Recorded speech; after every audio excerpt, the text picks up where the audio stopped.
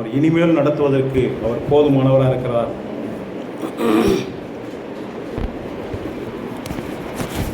வாசிக்கலாம்.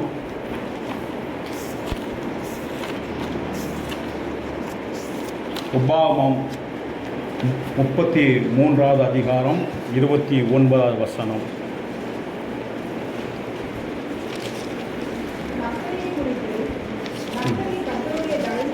33:29 தான்.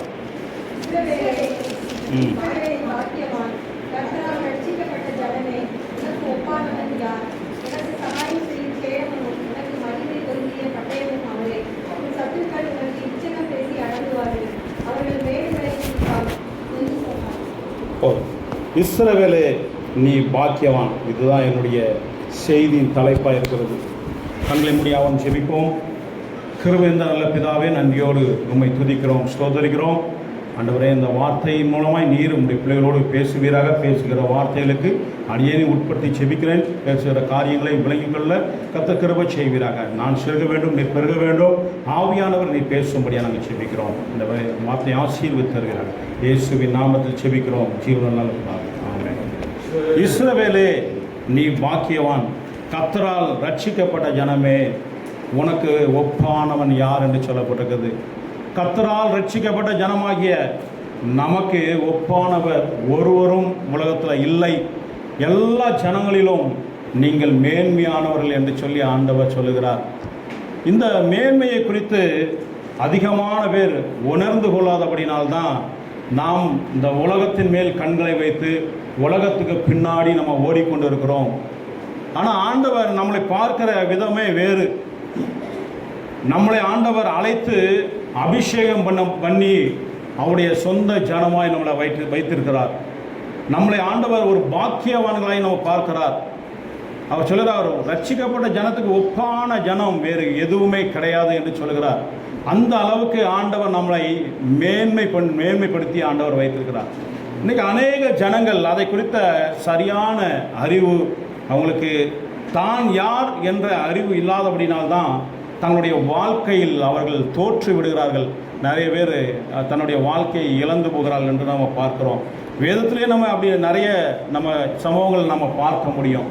அதை யார் தன்னுடைய அழைப்பையும் தன்னுடைய மேல் இருக்கிற அந்த அபிஷேகத்தையும் சரியாய் புரிந்து கொண்டு நடக்கிறார்களோ அவர்கள் வாழ்க்கையில் ஜெயத்தை எடுக்கிறார்கள். ஜெயமுள்ள வாழ்க்கையை வாழ்ந்து அவர்கள் கடந்து போனார்கள் என்று நம்ம வேதத்தில் நம்ம பார்க்கிறோம். அதுபோல் யாரெல்லாம் தன்னுடைய அபிஷேகத்தையும் தன்னுடைய அழைப்பையும் அவர்கள் சரியானபடி அதை கண்டுகொள்ளாமல் உதாசீனப்படுத்தினார்களோ, அதை குறித்து அறிந்து கொள்ளாமல் போனார்களோ, அவர்கள் தன்னுடைய வாழ்க்கையில் தோற்று போனதை நம்ம பார்க்க முடிகிறது. ஒரு ஆண்டவர் ஆபிரகாமை அழைத்தார், தாவீதை அழைத்தார், மோசேயை அழைத்தார், இப்படிப்பட்ட பரிசுத்தவான்களை எல்லாரையும் அழைத்தார். அவர்கள் தன் மேல் இருக்கிற அந்த அழைப்பையும் அபிஷேகத்தையும் அவர்கள் சரியாய் புரிந்து கொண்டு அதன்படி அவங்க நடந்தபடினால், அந்த வாழ்க்கையை அவங்க கடந்து போனபடினால், தேவனை உறுதியாய் பற்றி கொண்டு அவர்கள் நடந்தபடினால் அவங்களாம் ஜெயமுள்ள வாழ்க்கையை, ஒரு வெற்றி உள்ள வாழ்க்கையை வாழ்ந்து முடித்துவிட்டு அவர்கள் கடந்து போனார்கள் என்று நம்ம பார்க்கிறோம். அப்புறம் அதே போல தான் ஆண்டவர் யாரெல்லாம் இழந்து போனார்களோ, தோற்று போனார்களோ அவர்களையும் ஆண்டவர் அப்படி தான் அழைத்தார். யாரையும் பாரபட்சம் உள்ள தேவன் அல்ல. எல்லாரும் ஜெயமுள்ளவர்களை எப்படி ஜெயம் எடுத்தவர்களை எப்படி அழைத்தாரோ அப்படி தான் அந்த அபிஷேகத்தை இழந்து போனவர்களே ஆண்டவர் அழைக்கும் போது அழைத்தார். அவங்களே அப்படி தான் அபிஷேகம் பண்ணினார்.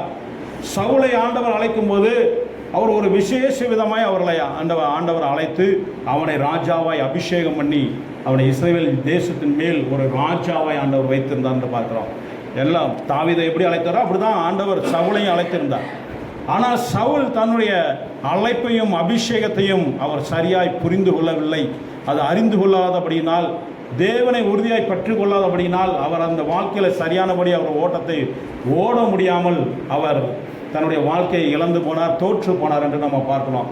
அதே நேரத்தில் தாவீது அந்த அழைப்பையும் அபிஷேகத்தை அறிந்து கொண்டார். சரியானபடி அவர் அறிந்து வைத்திருந்தார். நம் மேல் இருக்கிற அபிஷேகம் எவ்வளவு பெரியது, என்னுடைய அழைப்பு எவ்வளவு பெரியது, நான் எவ்வளவு முக்கியமானவன், எவ்வளவு மேன்மையானவன் என்பதை அவர் அறிந்திருந்தபடினால் அவர் ஜெயமுள்ள வாழ்க்கையை வாழ்ந்து முடித்தார் என்று நம்ம பார்க்கிறோம். இன்னைக்கு அநேக நேரங்களில் நாம் யார், நாம் எப்படிப்பட்டவர்கள், நம் மேல் இருக்கிற அழைப்பு எப்படிப்பட்டது, நம் மேல் இருக்கிற அபிஷேகம் எப்படிப்பட்டது, நாம் ஆராதிக்கிற தேவன் எப்படிப்பட்டவர் என்ற அந்த அறிவு சரியானபடி நமக்கு இல்லாதபடினால்தான் நாம் அநேக நேரம் வாழ்க்கையில் நம்ம ஜனங்கள் தோற்று போய் விடுகிறார்கள் நம்ம பார்க்குறோம்.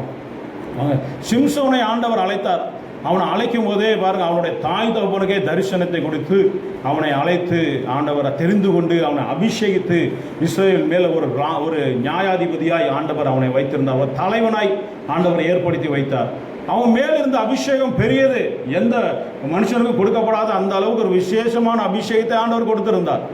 ஆனாலும் அந்த சிம்சோன் அவன் மேல் இருக்கிற அந்த அபிஷேகத்தை அவன் சரியானபடி புரிந்து கொள்ளவில்லை, கனப்படுத்தல். அவன் மேல் இருக்கிற அபிஷேகத்தையும் அந்த அழைப்பையும், கர்த்தர் என்னை எதற்காக அழைத்தார், எதற்காக என்னை அபிஷேகம் பண்ணி வைத்திருக்கிறார், நான் எப்படி வாழ வேண்டும் என்று சொல்லி அவன் சரியானபடி அறிந்து கொள்ளலை. இதுவேற அவனுடைய தாய் தகப்பன் வேற, நான் என்னுடைய பிள்ளையை எப்படி வளர்க்க வேண்டும், நீ தந்த பிள்ளையை எப்படி வளர்க்க வேண்டும் என்று சொல்லி அவர்கள் கேட்டு தெரிந்து அதன்படி வளர்த்த ஒரு மனுஷன் அவன். ஆனாலும் தன் மேல் இருந்த அந்த அபிஷேகத்தையும் அந்த அழைப்பையும் அவன் சரியானபடி அறிந்து கொள்ளவில்லை. அவன் தோற்று போனான் தன்னுடைய வாழ்க்கையில் என்று நம்ம பார்க்கிறோம். இப்படி அநேக எடுத்துக்காட்டுகள் நம்ம வேதத்தில் பார்க்கலாம். 2 பேரை குறித்து ஆண்டவர் நமக்கு வேதத்தில் பதிவு செய்திருக்கிறார். ஜெயமுள்ள வாழ்க்கையை, தன்னுடைய அழைப்பையும் அபிஷேகத்தையும் அறிந்து அதன்படி நடந்து ஜெயமுள்ள வாழ்க்கையை வாழ்ந்தவர்களையும் நமக்கு சொல்லப்பட்டிருக்கிறது. தன்னுடைய அபிஷேகத்தை உதாசீனப்படுத்த அசட்டை பண்ணினவர்கள், அதை சரியானபடி புரிந்து கொள்ளாமல் தன்னுடைய வாழ்க்கையில் ஓடினவர்கள் குறித்தும் நமக்கு வேதத்தில் நமக்கு அநேகமாய் சொல்லப்பட்டிருக்கு, அதிகமாக சொல்லப்பட்டிருக்கிறது. யார் நாம் தேவனுடைய நம்முடைய அழைப்பையும் நம்முடைய அபிஷேகத்தையும், என்னை நான் ஆராதிக்கிற தேவன் எப்படிப்பட்டவர், என்னை எதற்காய் அழைத்திருக்கிறார், என்னை எதற்காய் ஆண்டவர் அபிஷேகம் பண்ணி வைத்திருக்கிறார் என்பதை நாம் சரியாய் நம்ம அறிந்து கொண்டு நம்ம அந்த பாதையில் நம்ம ஓடுவோமானால், போய் கொண்டிருப்போமானால் நாம் நிச்சயமாய் நாம் ஜெயமுள்ள வாழ்க்கையை நம்ம வாழ முடியும். நாம் ஒருபோதும் தோற்று போக மாட்டோம்.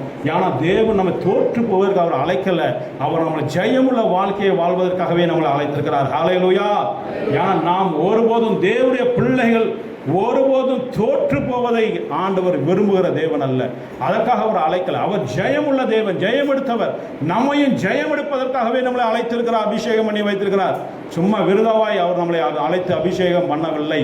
அதனால் நம்மளுடைய மேலே இருக்கிற அபிஷேகம், நான் யார், முதலாவது என்னை ஆண்டவர் எதற்காய் ஆண்டவர் அழைத்திருக்கிறார், எதற்காய் அபிஷேகம் பண்ணி வைத்திருக்கிறார் என்று நாம் அறிந்து கொள்ளும் போது நாம் பாக்கியவான்களாக இருப்போம். தேவன் சொல்கிறார், உங்களுக்கு ஒப்பானவர் ஒருவரும் இல்லை, ரட்சிக்கப்பட்ட ஜனமே உனக்கு ஒப்பான ஒருவரும் இல்லை, நீ பாக்கியவான் என்று சொல்லப்பட்டிருக்கிறது.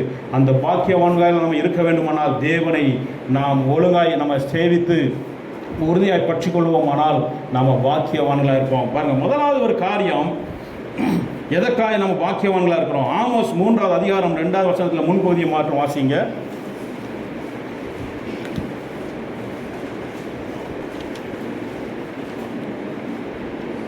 ஆமோஸ் 3:2 வசனத்தில் முன்பகுதி.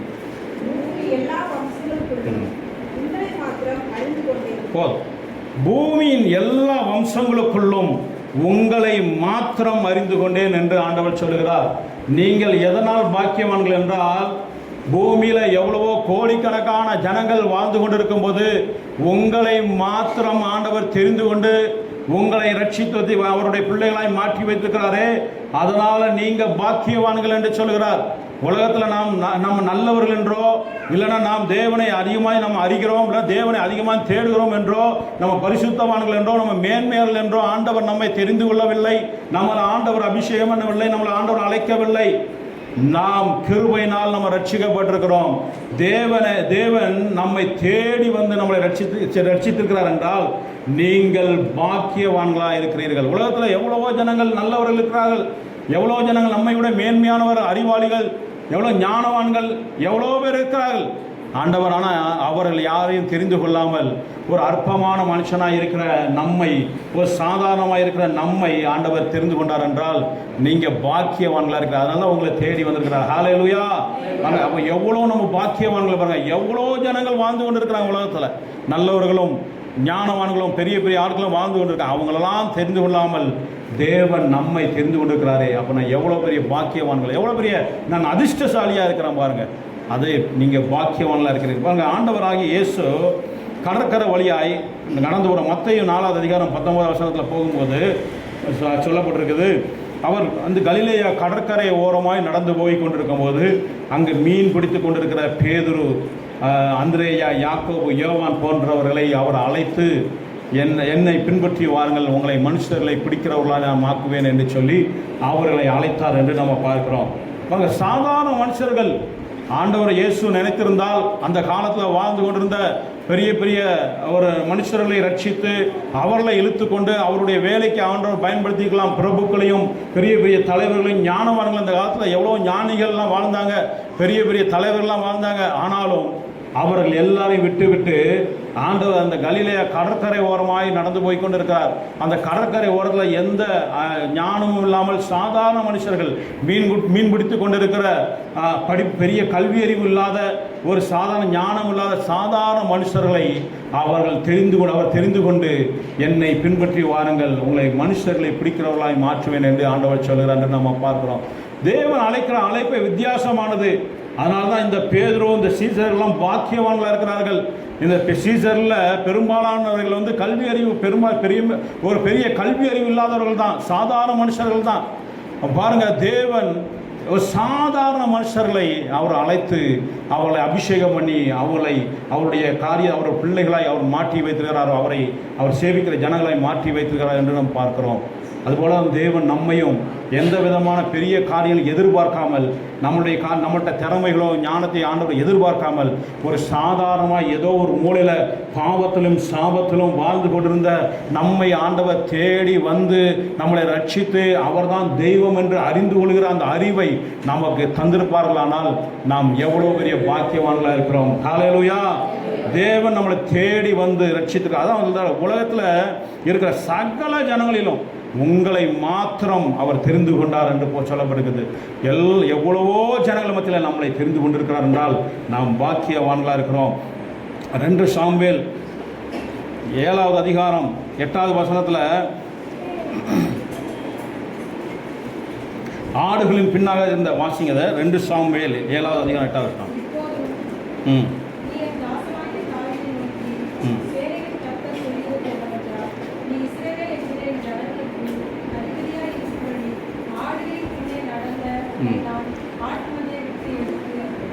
தாவீதும் ஒரு சாதாரண ஒரு ஆடு மேய்க்கிற ஒரு மனுஷனாக தான் காணப்பட்டார். ஆடுகள் பின்னாடி ஆடு மேய்த்து கொண்டிருக்கிற அந்த மனுஷனை ஆண்டவர் தெரிந்து கொண்டு அவரை அபிஷேகம் பண்ணி இஸ்ரவேலின் மேல் ராஜாவை ஆண்டவர் வைத்தார் என்று நம்ம பார்க்கிறோம். ஆண்டவர்களுடைய அழைப்பில் பாரபட்சம் இருக்கிறது இல்லை எதையுமே. ஆண்டவர் இந்த முற்பிதாக்களை எப்படி அழைத்தாரோ, ஆபிரகாமை, ஈசாக்கை, தாவீது, மோசே போன்ற முற்பிதாக்களை ஆண்டவர் எப்படி அழைத்தாரோ அதுபோல தான் நம்மையும் ஆண்டவர் அழைத்து வைத்திருக்கிறார். யாரெல்லாம் அழைப்பையும் அபிஷேகத்தையும் அறிந்து நாம் இன்னும் தேவனை பற்றி கொண்டு சரியானபடி நம்ம நடக்கிறோமோ அவர்களெல்லாம் மேன்மையாய் அவங்க உயர்த்தப்படுகிறார்கள் என்று பார்க்கிறோம். அவங்க ஜெயமுள்ள வாழ்க்கையை அவர் வாழ்கிறார்கள். யாரெல்லாம் அதை கவனிக்காமல் போகிறார்களோ, தாவீதையும் ஆண்டவர் சவுலையும் ஒரே மாதிரி தான் ஆண்டவர் அழைத்து அபிஷேகம் பண்ணினார். ஆனால் தாவீது ஒரு நல்ல ஜெயமுள்ள வாழ்க்கையை வாழ்ந்தார். அவர் புரிந்து கொண்டார், அவர் என்னை ஆண்டவர் எதற்காக தெரிந்து கொண்டார் என்பதை புரிந்து கொண்டார். சவுல் அதை அறிந்து கொள்ளாதபடினால் அவர் தன்னுடைய வாழ்க்கையில் தோற்று போனார் என்று நம்ம பார்க்கிறோம். 2வது காரியம், 1 யோவான் 1வது அதிகாரம் 7வது வசனத்தில் பின்பகுதி, கடைசி பகுதியை வாசிக்கலாம்.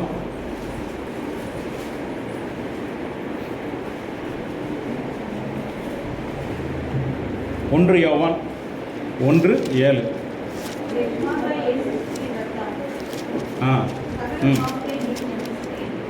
நீங்கள் நீதிமானாக இருக்கிறபடினால் உங்களை ஆண்டவர் நீங்கள் பாக்கியவான்களாக இருக்கிறீர்கள். சங்கீதம் 32:1-2 வசனத்தை வாசிக்கும் போது எவனுடைய பாவம் மன்னிக்கப்பட்டதோ அது வாசிங்க. சங்கீதம் 32:1-2.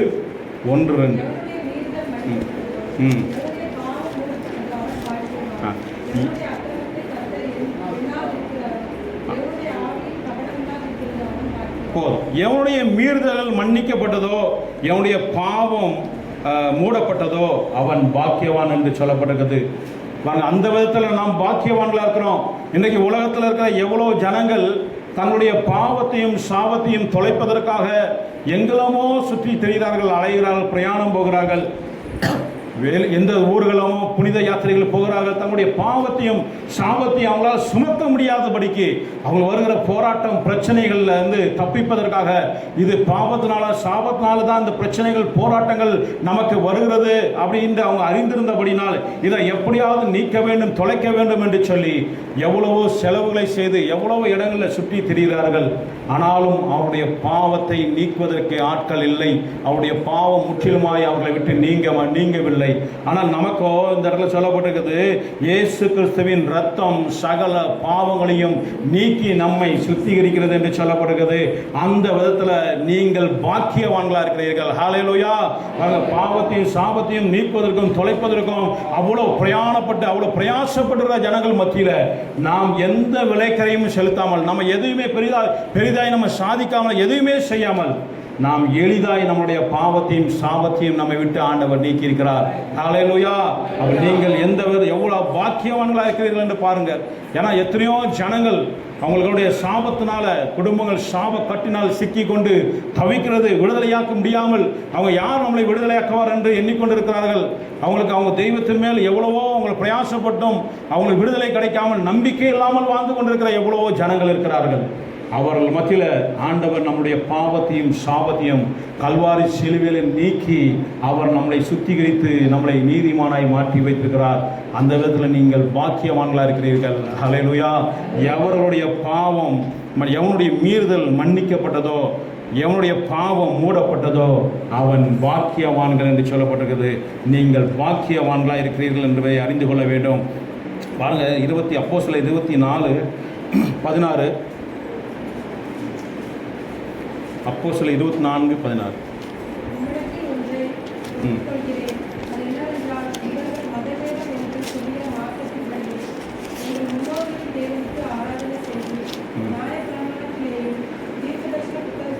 இல்லை அது இல்லை 16.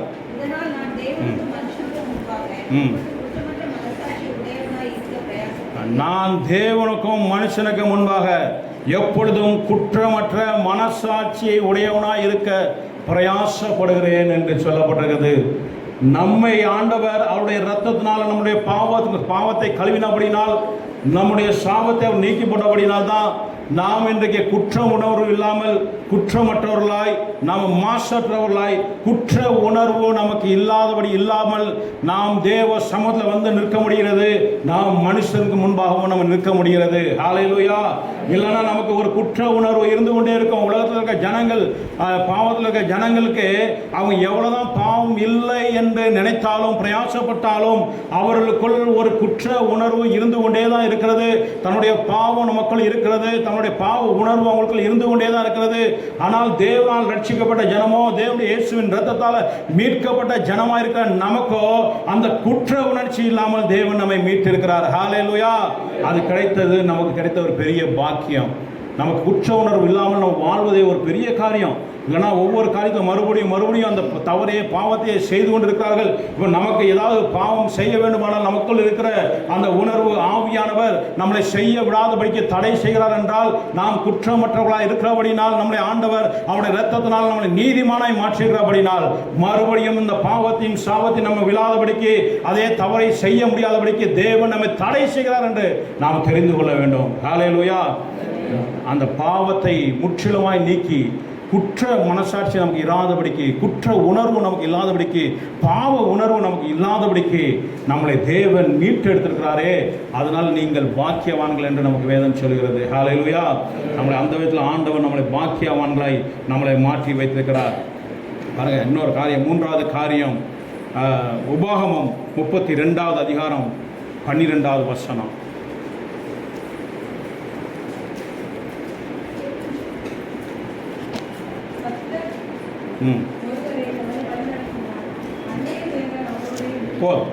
கர்த்தர் ஒருவரே அவரை வழி நடத்தினார், அந்நிய தேவன் அவர்களோடு இருந்ததில்லை என்று சொல்லி வேதத்தில் நமக்கு இஸ்ரவேல் ஜனங்களை குறித்து சொல்லப்படுகிறது. ரட்சிக்கப்பட்ட ஜனமாய் இருக்கிற நம்மை தேவன் ஒருவரே வழி நடத்தி கொண்டிருக்கிறார். தேவன் ஒருவரே வழி நடத்த விரும்புகிறார். என்றைக்கு நீங்கள் ரட்சிக்கப்பட்டு, நீங்கள் என்றைக்கு ஆண்டவராக இயேசுவை நீங்கள் சொந்த ரட்சகராய் நீங்கள் ஏற்றுக்கொண்டீர்களோ, அன்றைய நாள் முதல் இன்றைக்கு வரைக்கும் தேவனே உங்களை நடத்தி கொண்டிருக்கிறார் என்பதை நீங்கள் அறிந்து கொள்ள வேண்டும். நாம் உலகத்தில் வாழ்ந்து கொண்டிருந்தாலும், ஒரு தேசத்தில் வாழ்ந்து கொண்டிருந்தாலும், தேசத்தில் உள்ள சட்டத்திட்டங்களுக்கு நாம் உட்பட்டிருந்தாலும், நம்மை ஆளுகை செய்கிறவர் தேவன் ஒருவரே. நம்முடைய பரலோக ராஜ்யமே நம்மை ஆளுகை செய்து கொண்டிருக்கிறது என்பதை நீங்கள் புரிந்து கொள்ள வேண்டும்.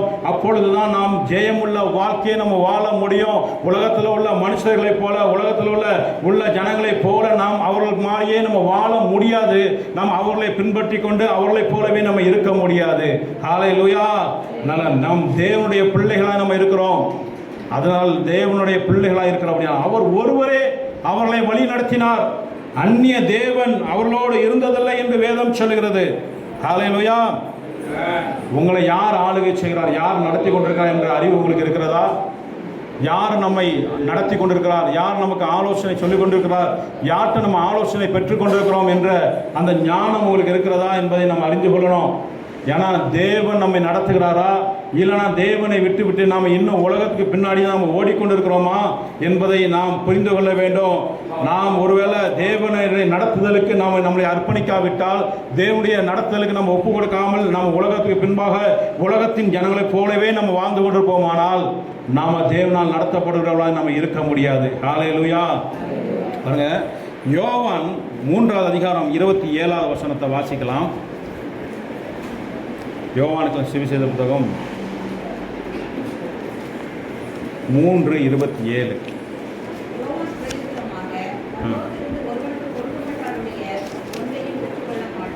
பரலோகத்திலிருந்து ஒருவனுக்கு ஒன்று கொடுக்கப்படாவிட்டால் ஒருவனும் ஒன்றும் பெற்றுக்கொள்ள முடியாது என்று இந்த இடத்துல ஆண்டவராகிய இயேசு சொல்லுகிறார்.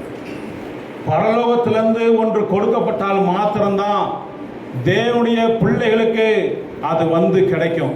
தேவனுடைய பிள்ளைகள் அதை பெற்றுக்கொள்ள முடியும் என்று இந்த இடத்துல வேதம் சொல்லுகிறது. பரலோகத்திலிருந்து ஒன்று கொடுக்கப்படாவிட்டால் நீங்கள் ஒன்றையும் நீங்கள் பெற்றுக்கொள்ள முடியாது. அப்படி இருக்கும்போது தேவனே உங்களை நடத்துகிறாரா, தேவனே இல்லை உங்களை ஆளுகை செய்கிறாரா என்பதை நீங்கள் அறிந்து கொள்ள வேண்டும். ஹல்லேலூயா.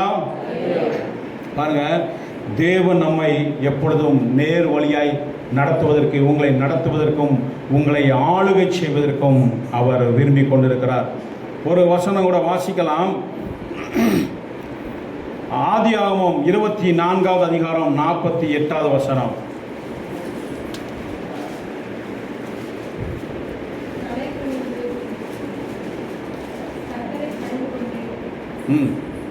ஆதியாகமம் 24:48.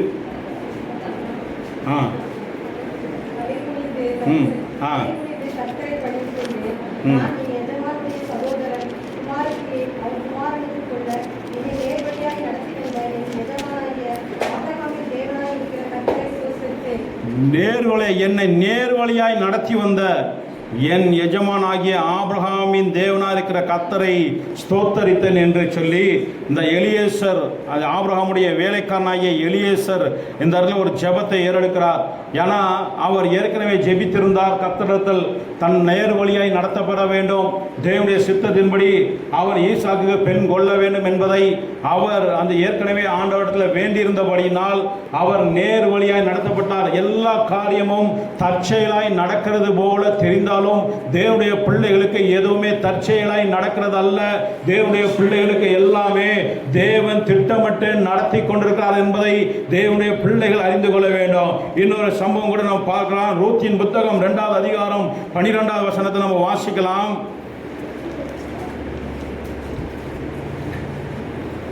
ரூத் பலனை கர்த்தர் கட்டளையிடுவாராக. இஸ்ரவேலின் தேவனாகிய கர்த்தருடைய செட்டலிங்கு அடைக்கலமாய் வந்தவனுக்கு அவராலே நிறைவான பலன் கிடைப்பதாக. அதுக்கு முன்னாடி 2வது அதிகாரம் 3வது வசனத்தை வாசிக்கிறேன். அவள் போய் வயல்வெளியில் அறுக்கிறவள் பிறகே பொறுக்கினாள். தற்செயலாய் அவளுக்கு நேரிட்ட அந்த வயல் எலிமெலேக்கின் வம்சத்தானாகிய போவாசுடையதாக இருந்தது என்று இந்த இடத்துல சொல்லப்பட்டிருக்கிறது. ரூத்தை குறித்து நாம் அதிகமாய் நமக்கு தெரியும். ரூத் தேவனை உறுதியாய் பற்றி கொண்ட ஒரு மகளாய் காணப்பட்டால், உறுதியாய் அவள் தேவனை பற்றி கொண்டு தேவனை பின்பற்றுகிற, கர்த்தரை பின்பற்றுகிற ஒரு மகளாய் காணப்பட்டபடினால் அவளுடைய வாழ்க்கையில் அதற்கு பிற்பாடு நடந்த காரியம் எல்லாமே தற்செயலாய் நடக்கிறது போல தெரிந்தாலும் அது தற்செயலாய் நடக்கவில்லை. எல்லாமே தேவனுடைய திட்டத்தின்படியும் தேவனுடைய சித்தத்தின்படியும் அது நடந்தது என்பதை நாம் அறிந்து கொள்ளலாம். ஹல்லேலூயா. தேவனுடைய பிள்ளைகள், நீங்க என்றைக்கு ஆண்டவராக இயேசுவை நீங்கள் ஏற்றுக்கொண்டீர்களோ அன்று முதல் நாம் நம்முடைய காலம் முடிவடைகிற வரைக்கும் நாம் தேவனால் நடத்தப்படுவதற்கு நம்ம அர்ப்பணிக்கும் போது தேவனே நம்மை நடத்தி கொண்டிருக்கிறார் என்பதை நாம் அறிந்து கொள்ள வேண்டும். ஹல்லேலூயா. ஏன்னா எதுவுமே தேவனுடைய பிள்ளைகளுக்கு தற்செயலாய் நடக்கிற காரியம் அல்ல. ஏன்னா வேதம் அப்படிதான் சொல்லிடுது. அந்த யோவான்ல வாஸ்தவம், பரத்திலிருந்து ஒருவனுக்கு ஒன்று கொடுக்கப்படாவிட்டால் ஒன்றும் பெற்றுக்கொள்ள முடியாது. நாமளே அடைய வேண்டும், நாமளே எப்படியாவது அதை செய்யணும், இதை செய்யணும், சாதிக்க வேண்டும் என்று சொல்லி நாம் எவ்வளவுதான் முயற்சித்தாலும் அது நமக்கு வாய்க்காது. ஏன்னா தேவ சித்தம் இருந்தால் மாத்திரம்தான், தேவன் நமக்கு அந்த காரியத்தை அனுமதிக்க வேண்டும், தேவன் நமக்கு அதை கொடுக்க வேண்டும் என்ற ஒரு சித்தம் இருந்தால் மாத்திரமே அது நமக்கு வாய்க்கும். இல்லாவிட்டால் நமக்கு அது வாய்க்காது. ஹல்லேலூயா. அல்லது தேவனுடைய பிள்ளைகள் தேவனால் நீங்கள் நடத்தப்படுகிறபடினால் நீங்கள் பாக்கியவான்களாக இருக்கிறீர்கள். ஏன்னா உலகத்தில் உள்ள எல்லா ஜனங்களும் அவங்களுடைய மனதில், அவங்களுடைய இருதயத்தில் அவங்களுக்கு என்ன தோன்றுகிறதோ அதை அவர்கள் செய்வார்கள், அவங்களுடைய விருப்பப்படி நடப்பார்கள், எல்லாம் நடக்கும். அதை தேவன் ஒருவரும் தடை செய்ய மாட்டார், குறுக்கிடவும் மாட்டார். ஆனால் தேவனுடைய பிள்ளைகளாகிய நாம் அப்படி அல்ல. நாம் ரட்சிக்கப்பட்ட ஜனம், தேவனால் தெரிந்து கொள்ளப்பட்டவர்கள், நாம் அழைக்கப்பட்டவர்கள், அபிஷேகம் பண்ணப்பட்டவர்கள், நாம் தேவனால் நடத்தப்படுகிறவர்கள். ஆனால் தேவன் நம்மை எந்த பக்கமும் நம்மளை வலதுபுறமும் இடதுபுறமும் சாய்ந்து விடாதபடிக்கு நம்மளை நேர் வழியாய் அவர் நடத்துகிற தேவனாக இருக்கிறார். ஹல்லேலூயா. அவர் நேர் வழியாய் மாத்திரம் தான் நடத்துவார். அவர் சத்தியத்தின் பாதையில மாத்திரம் தான் அவர் நடத்துவார். சத்தியத்தை விட்டு விலகுகிற எந்த காரியத்தையும் நமக்கு ஆண்டவர் அனுமதிக்க மாட்டார். நமக்கு ஒரு காரியத்தை ஆண்டவர் தடை செய்கிறார் என்றால் ஒருவேளை அது தேவ நீதிக்கு விரோதமாக இருக்கலாம், சத்தியத்தை விட்டு விலகுகிற காரியமாக இருக்கலாம். ஆனால் தேவன் ஒருபோதும் சத்தியத்தை விட்டு விலகுகிற காரியத்தை நமக்கு ஒருபோதும் அனுமதிக்க மாட்டார். நேர் வழியாய் அவர் நடத்துவதற்கு நம்முடைய ஆண்டவர் போதுமானவராக இருக்கிறார். ஹல்லேலூயா. அவர் நல்லவர், அவர் நம்மளை நேசிக்கிறபடினால் அப்படி செய்கிறார். நீங்கள் பாக்கியவான்களாக இருக்கிறபடினால் அவர் அப்படி நடத்தி கொண்டிருக்கிறார். நாம் அதை புரியாதனால தான் பல நேரங்களில் போராட்டம், ஆண்டவரோடு போராடி கொண்டிருக்கிறோம். நாம் நம்ம சுய சித்தத்தை நிறைவேற்றுவதற்கு நம்ம போராடுகிறோம். ஆண்டவரோ அவருடைய பக்கத்துக்கு அவர் திருப்பதற்கும் அவர் போராடி கொண்டிருக்கிறார். அதனால தான் நமக்கு சில நேரங்களில் போராட்டங்களும் நமக்கு சஞ்சலமும் நமக்கு பிரச்சனைகளையும் வருகிறது உண்டு. அதே நேரத்தில் இந்த ரூத் எப்படி தன்னுடைய வாழ்க்கையை ஆண்டவருக்கு அர்ப்பணித்தாலோ, உம்முடைய தேவன் என்னுடைய தேவன், உம்முடைய ஜனம் என்னுடைய ஜனம், நான் கர்த்தரை மாத்திரம்தான் சேவிப்பேன் என்று சொல்லி அவள் எப்பொழுது அர்ப்பணித்தாலோ அப்பொழுது தேவன் அவளை நடத்துவதற்கு ஆரம்பித்தார். சரியாய் நடத்தினார். அவரை கொண்டு வந்து எங்கே ஆண்டவர் அவரை வைக்க வேண்டுமோ அந்த இடத்துல அவரோட சித்தத்தின்படி அவர் அந்த இடத்துல ஆண்டவரை வைத்து அவளை ஆசீர்வதித்து அவரை உயர்த்தினார் என்று நம்ம பார்க்கிறோம். ஹல்லேலூயா. நான்காவது காரியம், சங்கீதம் 84:4.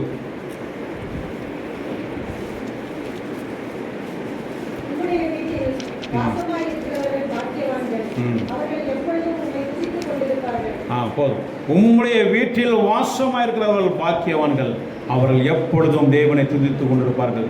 தேவ சமூகத்தில் நிற்கும்படி அழைக்கப்பட்ட நீங்கள் பாக்கியவான்கள். எல்லாருக்கும் அந்த சாக்கியம் கிடைக்கிறதில்ல.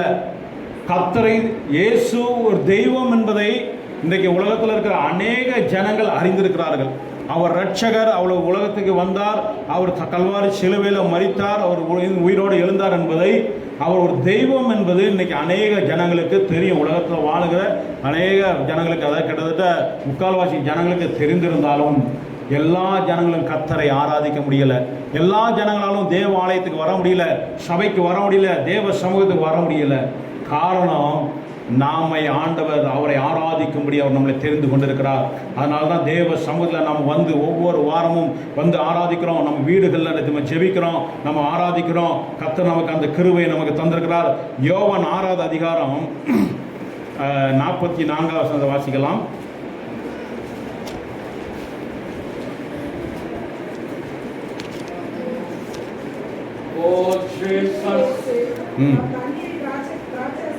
இல்லை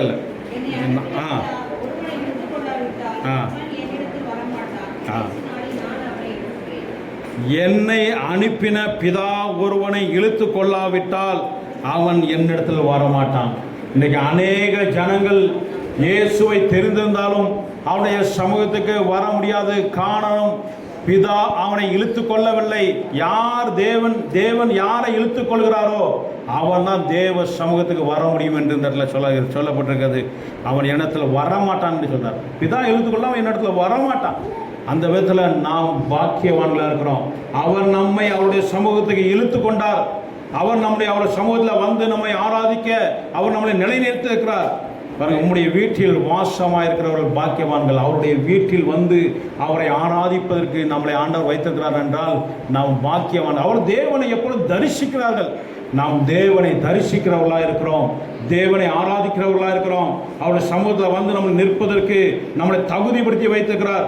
நம்மளை ஆண்டவர் அவரை ஆராதிப்பதற்காக நம்மளை அழைத்து அவருடைய சமூகத்தில் கொண்டு வந்து நிறுத்தியிருக்கிறார். ஹல்லேலூயா. பாருங்க, ஏசாயா 43வது அதிகாரம் 21வது வசனத்தை வாசிக்கலாம்.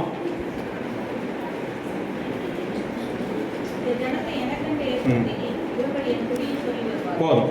இந்த ஜனத்தை எனக்கென்று ஏற்படுத்தினேன், இவர்கள் என் துதியை சொல்லி வருவார்கள்.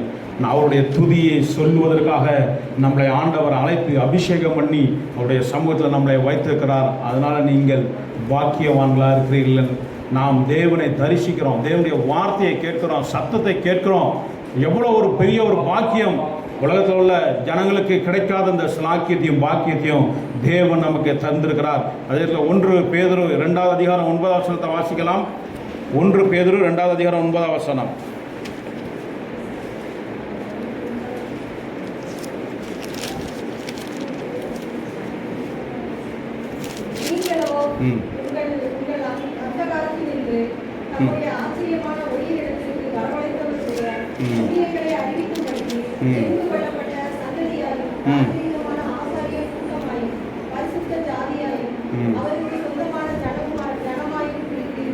போதும். தெரிந்து கொள்ளப்பட்ட சந்ததியாயும் ராஜரிகமான ஆசாரிய கூட்டமாயும் பரிசுத்த ஜாதியாயும் அவருக்கு சொந்த ஜனமாயும் இருக்கிறீர்கள். நாம் அவருடைய சொந்த ஜனமாக இருக்கிறோம், அவருடைய நாமம் தரிக்கப்பட்ட ஜனமாக இருக்கிறோம். இந்த ஜனத்தை எனக்கென்று ஏற்படுத்தினேன், இவர்களின் துதியை சொல்லி வருவார்கள் என்று சொல்லி நம்மை அவரை சொந்த ஜனமாய், அவருடைய நாமம் தரிக்கப்பட்ட ஜனமாய், ஒரு பரிசுத்த ஜாதியாய் அவரை ஆராதிப்பதற்கே தகுதியுள்ளவர்களாய் நம்மளை மாற்றி வைத்திருக்கிறார். எல்லாரும் கர்த்தரை ஆராதிக்கும் போது எல்லாருடைய ஆராதனை ஆண்டவர் ஏற்றுக்கொள்கிறது இல்லை. எல்லாரும் ஆராதிக்கிறார், நிறைய ஜனங்கள் ஆராதிக்கிறார்கள், எல்லா இடமும் துதிக்கிறார்கள். ஆனால் எல்லா ஆராதனையும் தேவன் அங்கீகரிக்கிறார் என்று நம்ம கேட்போமானால் எல்லா ஆராதனையும் ஆண்டவர் எல்லாரும் செய்கிற ஆராதனையும் ஆண்டவர் அங்கீகரிக்கிறது இல்லை. இன்னைக்கு எத்தனையோ சபைகளிலும் வெளியிலும் எவ்வளவோ ஆராதனைகள்லாம் நடைபெறுகிறது. ஆனால் கர்த்தர் எல்லா ஆராதனையும் அங்கீகரிக்கிறாரா என்று பார்க்கும்போது எல்லா ஆராதனையும் அங்கீகரிக்கிறது இல்லை. ஏன்னா நம்மை ஆண்டவர் சொந்த ஜாதியாகவும் பரிசுத்த ஜாதியாகவும் அவருடைய நாமம் தரிக்கப்பட்ட ஜனமாகவும் அவருடைய சமூகத்தில் ஆசாரிய கூட்டம், ராஜரீகமான ஒரு ஆசாரிய கூட்டமாகவும் நம்மை அவரிடத்தில் வைத்திருக்கிறார், ஏற்படுத்தி வைத்திருக்கிறார் என்றால் உங்களுக்கு கிடைத்த அது பெரிய பாக்கியம். இன்றைக்கு நம்மளை ஆராதனை ஆண்டவர் அங்கீகரிக்கிறார். நம்முடைய ஆராதனையில் அவர் வந்து அசைவாடுகிறார், நம்முடைய ஆராதனையில் அவர் மகிமையாக இறங்கி வருகிறார், அவர் பிரசன்னத்தால் நிரப்புகிறார் என்றால் அது நமக்கு கிடைத்த ஒரு பெரிய பாக்கியமாக இருக்கிறது. ஹல்லேலூயா. அதனால தான் வேதம் சொல்லுது, நீங்கள் பாக்கியவான்கள், ரட்சிக்கப்பட்ட ஜனமே உனக்கு ஒப்பானவன் யார் என்று சொல்லப்படுகிறது. ஹல்லேலூயா. அவ்வளோ பெரிய பாக்கியவான்களை நம்மளை ஆண்டவர் நம்மளை மாற்றி வைத்திருக்கிறார். பாருங்க, 5வது காரியம், வாக்குத்தத்தம் பண்ணப்பட்ட நம்ம சந்ததியா இருக்கிறபடினால் நாம் பாக்கியவான்களா இருக்கிறோம். என்னாகும் 10வது அதிகாரம் 29வது வசனம்.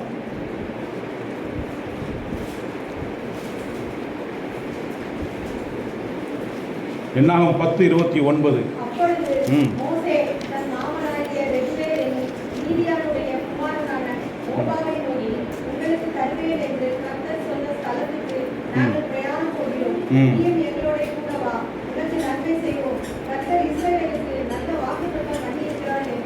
கர்த்தர் இஸ்ரவேலுக்கு நல்ல வாக்குத்தத்தம் பண்ணியிருக்கிறார் என்றால் சொல்லப்படுகிறது.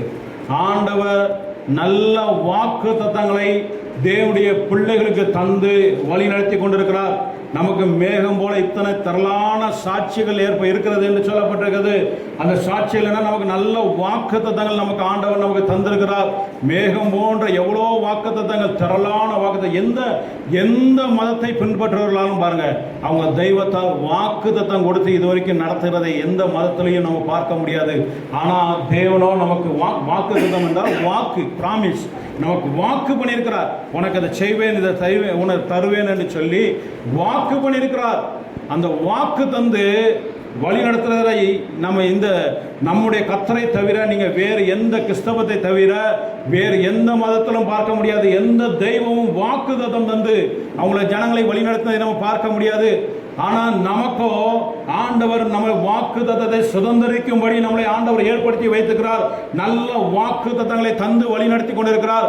நாம் பயம் இல்லாமல் நம்ம பிரயாணம் பண்ணும்படி, பயம் இல்லாமல் நம்ம ஜீவிக்கும்படி, தைரியமாய் நம்ம ஜீவிக்கும்படி தேவன் நமக்கு நல்ல வாக்குத்தத்தங்களை தந்திருக்கிறார். ஹல்லேலூயா. எந்த சூழ்நிலையில் நம்மளை தேற்றுகிற நல்ல வாக்குத்தத்தங்களை நமக்கு தந்திருக்கிறார். எவ்வளவு மோசமான சூழ்நிலை இருந்தாலும், நாம் பயந்து போய் வாழ்ந்தாலும், இல்லை சோர்ந்து போய் இருந்தாலும் சரி, நம்மளை பலப்படுத்தும்படி நம்மளை வாக்குத்தத்தம் தந்திருக்கிறார். நமக்கு நிறைய போராட்டங்கள் வருகிறது உண்டு, எவ்வளோ பிரச்சனைகள், போராட்டங்கள் நமக்கு வருகிறது உண்டு. ஆனாலும் எல்லாவற்றிலிருந்தும் நாம் பலப்படும்படி ஆண்டவர் நாம எழும்பி வரும்படி நமக்கு நல்ல வாக்குத்தத்தங்களை தந்திருக்கிறார். வாக்குத்தத்தங்கள் தான், தேவனுடைய வார்த்தைகள் தான் நம்மளை பலப்படுத்துகிறதாய் காணப்படுகிறது, நம்மளை நிலைநிறுத்துகிறதாய் காணப்படுகிறது. இன்றைக்கு மற்ற தெய்வத்தை அறியாத, கர்த்தரை அறியாத மற்ற ஜனங்கள், அவங்களுக்கு ஒரு போராட்டங்கள், பிரச்சனைகள் வரும்போது அவர்கள் சோர்ந்து போய் விடுகிறார்கள். அவர்கள் தூக்கி விடுவதற்கு ஒருவரும் இல்லை என்று சொல்லி அப்படியே அவங்க எந்த இடத்துல விழுந்தார்களோ அந்த விழுந்த இடத்திலே அவங்க கிடந்து விடுகிறார்கள். ஆனால் தேவனுடைய பிள்ளைகளாகிய நாம் விழுந்த இடத்துல எப்பொழுதும் தேவனை சரியாய் அறிந்த, தேவனை ஆராதிக்கிற பிள்ளைகள் எப்பொழுதும் விழுந்த இடத்துல கிடைப்பதில்லை. அவருடைய வாக்குத்தத்தங்கள், தேவனுடைய வார்த்தைகள் நம்மளை தூக்கி நிலைநிறுத்துகிறதா இருக்கிறது. ஹல்லேலூயா. அப்படிப்பட்ட நல்ல வாக்குத்தத்தங்களை தேவன் நமக்கு தந்திருக்கிறார். எபிரேயர் 10வது அதிகாரம் 23வது வசனத்தை வாசிக்கலாம்.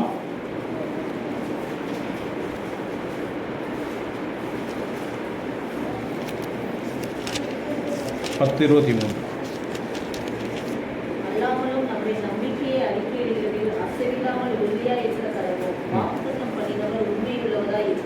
வாக்குத்தத்தம் பண்ணினவர் உண்மையுள்ளவர்.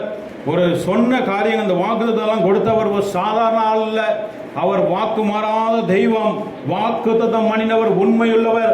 நமக்கு வாக்குத்தத்தம் பண்ணின தேவன் சர்வ வல்லமையுள்ள தேவன். அவர் பொய்யுரையாதவர்.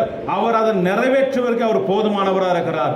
நீங்கள் வாக்குத்தத்தத்தை, தேவன் கொடுத்த வாக்குத்தத்தத்தை நீங்கள் விசுவாசிக்கும் போது அவர் உங்களுடைய வாழ்க்கையில அவர் நிறைவேற்றுவதற்கு போதுமானவர். மோசே சொல்லும்போது, தன்னுடைய மாமனார்கிட்ட சொல்லும் போது அவர் சொல்லுகிறார், எங்களுக்கு கர்த்தர் நல்ல வாக்குத்தத்தங்களை எங்களுக்கு தந்திருக்கிறார். வேற எதுவும் சொல்லல. அவர் நீங்க என்னோட வாரம், எங்களுக்கு அது இருக்கு இது இருக்கு எதுவும் சொல்லல. அவர் சொன்ன காரியம், எங்களுக்கு நல்ல வாக்குத்தத்தங்களை தந்திருக்கிறார். தேவன் அதை நிச்சயமாக எங்களுக்கு நிறைவேற்றுவார். நீரும் நம்பி வருகிறானால் அதை நீரும் சுதந்திரத்துக் கொள்ள முடியும் என்று அவருடைய மாவட்ட அவர் சொல்றதை நம்ம பார்க்கிறோம். பாருங்க, நல்ல வாக்குத்தத்தங்களை தந்திருக்கிறார். நம்ம எதை குறித்து நம்ம கலங்க, நம்ம பயப்பட தேவையில்லை. வாக்குத்தத்தங்களை சுதந்திரிக்கிற ஒரு ஜாதியாய், ஒரு ஜனமாய் தேவன் நம்மை ஏற்படுத்தி வைத்திருக்கிறபடியினால் நீங்கள் பாக்கியவான்களாக இருக்கிறீர்கள். எல்லாரும் வாக்குத்தத்தத்தை சுதந்திரிக்க முடியாது. யார் அவரை விசுவாசித்து, யார் அவர் தெரிந்து கொண்டிருக்கிறாரோ, யார் தேவனுடைய பிள்ளைகளாக இருக்கிறாரோ, யார் அவருடைய நாமம் தரிக்கப்பட்ட ஜனங்களாக இருக்கிறோமோ, அவர்கள் தான் தேவனுடைய வாக்குத்தத்தத்தை சுதந்திரிக்க முடியும். ஹல்லேலூயா. நமக்கு திரளான வாக்குத்தத்தத்தை தந்து தேவன் நம்மளை வழிநடத்தி கொண்டிருக்கிறார் என்று நம்ம பார்க்கிறோம். இன்னொரு 6வது காரியம், உபாகமம் 28வது அதிகாரம் 1வது வசனத்தில் பின்பகுதி.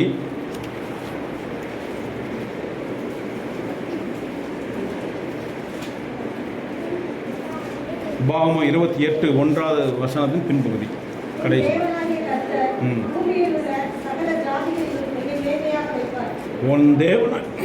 உன் தேவனாகிய கர்த்தர் பூமியில் உள்ள சகல ஜாதிகளிலும் ஜனங்களிலும் உன்னை மேன்மையாக வைப்பார் என்று சொல்லப்பட்டிருக்கிறது. நீங்கள் அப்போ எவ்வளோ பெரிய பாக்கியவான்கள். பூமியில் உள்ள சகல ஜனங்களை பார்க்கலாம் நம்மளை மேன்மையாக வைப்பார். நீங்கள் பூமியில் உள்ள சகல ஜனங்களை பார்க்கலாம் நீங்கள் விசேஷித்தவர்கள். தேவனுடைய பார்வையில் அவருடைய ஜனம் ரொம்ப முக்கியமானவர்கள். நமக்கு அவருடைய முக்கியத்துவம், நம்மளை குறித்து நமக்கு முக்கியத்துவம் தெரியல, தேவனை குறித்து நம்ம முக்கியத்துவம் தெரியல. ஆனாலும் தேவனுடைய பார்வையில் நாம் மிகவும் முக்கியமானவர்கள். நாம தேவனை எப்பொழுது நம்ம தெரிந்து கொண்டார், தேவன் நம்ம எப்பொழுது தெரிந்து கொண்டாரோ, எப்பொழுது அவரை நம்ம ஏற்றுக்கொண்டோமோ, அந்த நாள் முதல் கொண்டு அவர் நம்மை அவருடைய அரவணைப்புக்குள் ஆண்டவர் வைத்திருக்கிறார். நம்மளை அவர் முக்கியமானவர்களாய் பார்க்கிறார். நாம் அவருடைய பார்வையில் விலையேறப்பட்டவர்களாய் பார்க்கிறார். அதனால தான் நம்ம எத்தனை தடவை நம்ம அவரை விட்டு பின்வாங்கி போனாலும் அவர் நம்மளை தேடி வந்து நம்மளை மறுபடியும் அவர் இழுத்துக் கொள்கிற தேவனாய், மறுபடியும் அரவணைக்கிற தேவனாய் இருக்கிறார். பேதுரு அவரை மறுதளித்து விட்டு அவருக்கு ஆண்டவராகிய இயேசு கல்வாரி சிலுவையிலே மரித்து அடக்கம் பண்ணப்பட்ட உடனே பேதுரு அவரை அவ்வளவுதான், இயேசுடைய கதை இன்னும் முடிந்தது என்று சொல்லி நினைத்து அவர் மீன் பிடிக்க போனார். அவர் மீன் பிடிக்க போய்விட்டார். அவருடைய வார்த்தைகள் எல்லாவற்றையும் அவர் மறந்து விட்டார், மறுதளித்து விட்டு அவர் போய்விட்டார். ஆனாலும் ஆண்டவரை இயேசு பேதுரு போனால் போகட்டும், வேறு ஒருவனை தெரிந்து கொண்டு நம்முடைய ஊழியத்தை செய்யலாம் என்று நினைக்கல. ஏன்னா ஆண்டவராய் இயேசுவுக்கு பேதுரு ஒரு முக்கியமான மனுஷன். அவருடைய பார்வையில் அவன் ஒரு முக்கியமான மனுஷன். அவனை ஈஸியாக ஆண்டவர் விடமாட்டார். நாம் ஒவ்வொருவரும் அப்படிதான். தேவனுடைய பார்வையில் நாம் முக்கியமானவர்கள். நம்மை ஆண்டவர் ஒருபோதும் அவர் கைவிட மாட்டார். ஹல்லேலூயா. நமக்கு அவருடைய முக்கியத்துவம் தெரியாவிட்டாலும் நாம் தேவனுடைய பார்வையில் முக்கியமானவர்கள். நீங்கள் தெரிந்து கொள்ளப்பட்ட ஜாதி, நீங்கள் பரிசுத்த ஜாதியாக இருக்கிறீர்கள், நீங்கள் ரட்சிக்கப்பட்ட ஜனமாக இருக்கிறீர்கள். உங்களை ஒருபோதும் ஆண்டவர் கைவிட மாட்டார். நாமளே ஆண்டவரை விட்டு எனக்கு வேண்டாம் என்று பின்வாங்கி போனால் கூட தேவன் நம்மை விடமாட்டார். மறுபடியும் அவர் நம்மளை இழுத்துக் கொள்கிற தேவனாக இருக்கிறார். பேதுருவை ஆண்டவர் தேடி சென்று மறுபடியும் தன்னை வெளிப்படுத்தி நான் இன்னும் உயிரோடு தான் இருக்கிறேன் என்று சொல்லி அவருக்கு காண்பித்து அவரை மறுபடியும் ஆண்டவர் அழைத்து கொண்டு வந்து அவருடைய ஊழியத்தை செய்யும்படி ஆண்டவர் ஏற்படுத்தினார் என்று நம்ம பார்க்கிறோம். ஹல்லேலூயா. நாம் சகல ஜாதிகளிலும் மேன்மையானவர்கள், உங்களை மேன்மையாக நான் வைப்பேன் என்று சொல்லுகிறார். அவருடைய பார்வையில் நீங்கள் முக்கியமானவர்கள். அவருடைய பார்வையில் நீங்கள் சாதாரணமான ஜனங்கள் கிடையாது.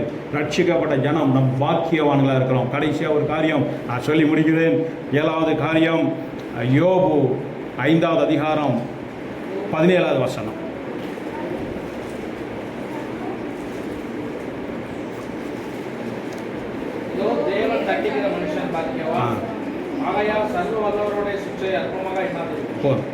தேவன் தண்டிக்கிற மனுஷன் பாக்கியவான் என்று சொல்லப்படுகிறது.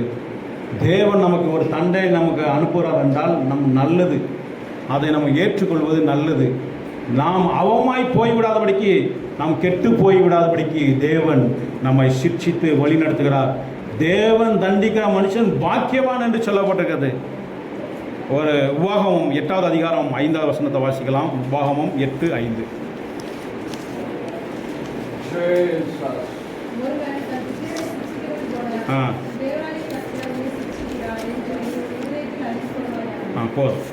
ஒரு தகப்பன் தன் புத்திரனை சிட்சிக்கிறது போல, தகப்பன் தன் பிள்ளையை சிட்சிக்கிறது போல தேவன் ஒருவனை சிட்சிக்கிறார் என்பதை உங்களை இருதயத்தில் நீர் அறிந்து கொள்ளுங்கள் என்று சொல்லி ஆண்டவர் அவங்க பிள்ளைகளுக்கு, ரட்சிக்கப்பட இஸ்ரவேல் ஜனங்களுக்கு அவர் சொல்லுகிற ஆலோசனையாக இருக்கிறது. தேவன் இந்த ஆலோசனை நமக்கு சொல்கிறார்.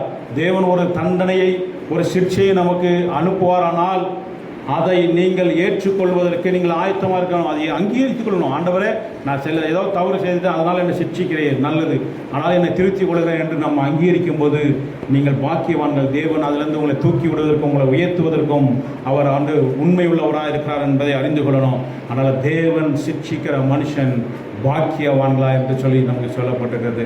ஹல்லேலூயா. நீங்கள் பாக்கியவான்கள். ரட்சிக்கப்பட்ட ஜனமே, உனக்கு ஒப்பானவன் யார் என்று வேதம் சொல்கிறது. எல்லாரும் எழுந்து நின்று நம்ம செபிக்கிறோம். ஹல்லேலூயா.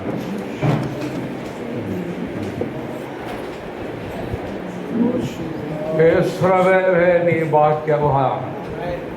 ஆமென். ரட்சிக்கப்பட்ட ஜனமே, உனக்கு ஒப்பானவன்.